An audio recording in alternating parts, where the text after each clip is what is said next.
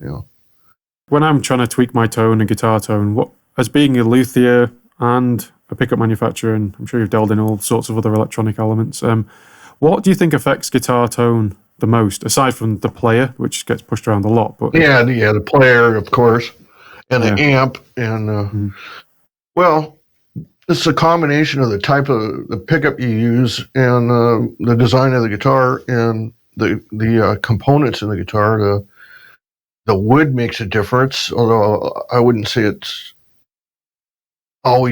not necessarily predictable, because you can get one piece of ash that sounds completely different than another piece of ash, And then another thing that people don't really often think about is the potentiometers, the volume and tone pots.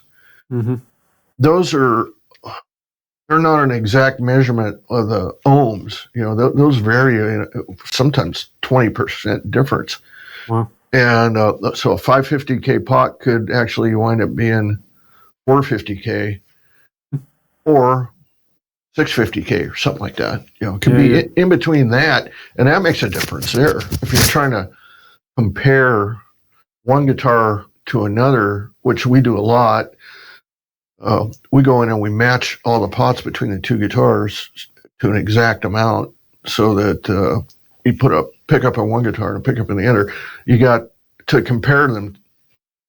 You got a much better chance of both guitars sounding exactly the same. But even after we do that and we listen to them, we'll take the pickups out of one guitar, put it in the other one, and take that pickup that was in that and put it in the other, and then listen to them again, just to rule out that there's a difference in the wood of the guitar. And sometimes there is. One guitar will always sound a little bit brighter than the other, if, the wood's just slightly different, even though it's the same species.